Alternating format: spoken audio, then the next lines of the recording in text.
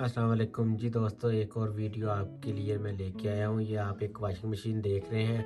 तो इसमें जो मसला आ रहा है वो ये है कि ये जो इसका बॉक्स है ना, ये सही तरह बंद नहीं हो रहा है। ये यहाँ पे जाके जो है फंस जाता है। तो आज मैं आपको ये बताऊंगा, ये यहाँ पर जर्मनी में और मुख्तलिफ यूरोप में रहने वाले लोग जो हैं उनको इस चीज़ का नॉलेज नहीं है। तो आज मैं ये बताऊंगा कि इसको भी निकालना चाहिए और निकाल के इसको साफ़ करना चाहिए, ताकि जो है ये अच्छी तरह जो है अंदर जाके बैठ सके और सही फंक्शन भी कर सके। तो ये मैं आपको बताऊंगा कि ये कैसे निकालेंगे और कैसे इसकी सफाई हो सकती है। तो इसको ये देखिए, अंदर से आपको नज़र आ रहा होगा कि काफ़ी गंदा है। तो ये एक ब्लू सी आपको पट्टी नज़र आ रही है प्लास्टिक की, इसको दबाएंगे तो ये देखें, इसको ऐसे बाहर निकाल लेंगे। ये देखें, आपको ये काफ़ी गंदा नज़र आ रहा है। तो इसकी साइडों पे भी ये सरफ जमा हुआ है।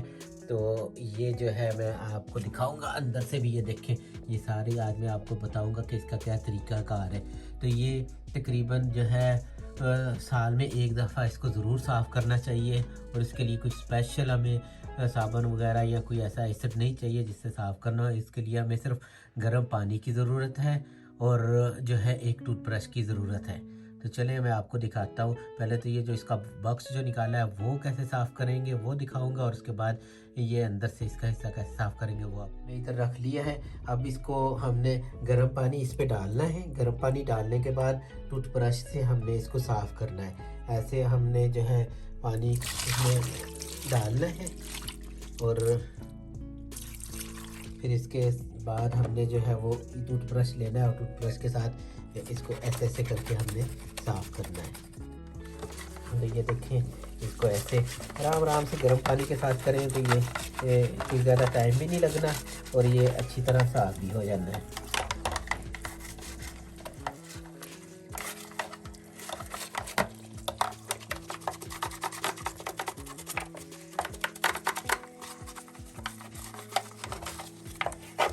इसको साफ़ करते हैं, उसके बाद फिर मैं आपको दिखाता हूँ। ये जिसकी बैक साइड है, तो बैक साइड से करेंगे हम इसको साफ़। और ये मशीनें अब पाकिस्तान में भी बहुत अहम है, तो आम है। तो ये जो है बहुत ज़रूरी है कि आप इसको साफ़ किया करें।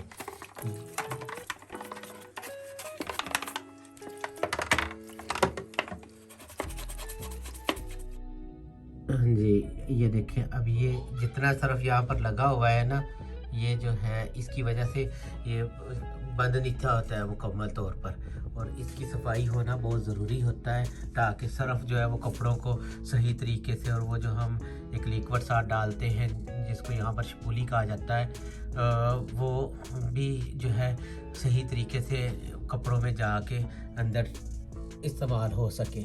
तो अब हम इसको साफ़ करेंगे। इसके लिए कोई प्लास्टिक का जो है छोटा सा पीस, कोई डब्बी वगैरह, वो इस तरह नीचे रखें आप, और फिर इसको टूथब्रश के साथ जैसे मैंने बताया था वैसे साफ़ करेंगे जी। ये देखें, अभी मैं दिखाता हूँ आपको।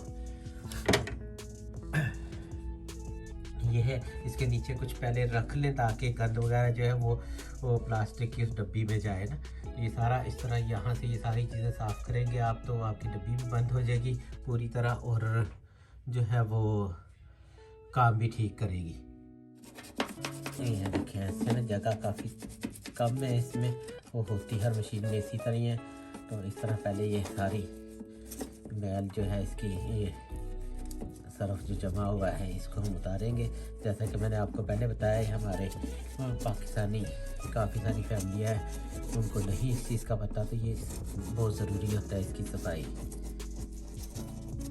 तो ये देखें, ये मैंने साफ़ कर दिया है, ये अंदर से भी साफ़ हो गई है और ये साइड की जगह सारी। यकीन जाने आप अपनी अपनी मशीनों की साइड खोलें और देखें कितना गंद होता है इसके अंदर। और जब तक ये नीचे से ये देखें सुराख सारे अगर सही काम करेंगे तो आपके कपड़े सही तरह धुल सकते हैं ना।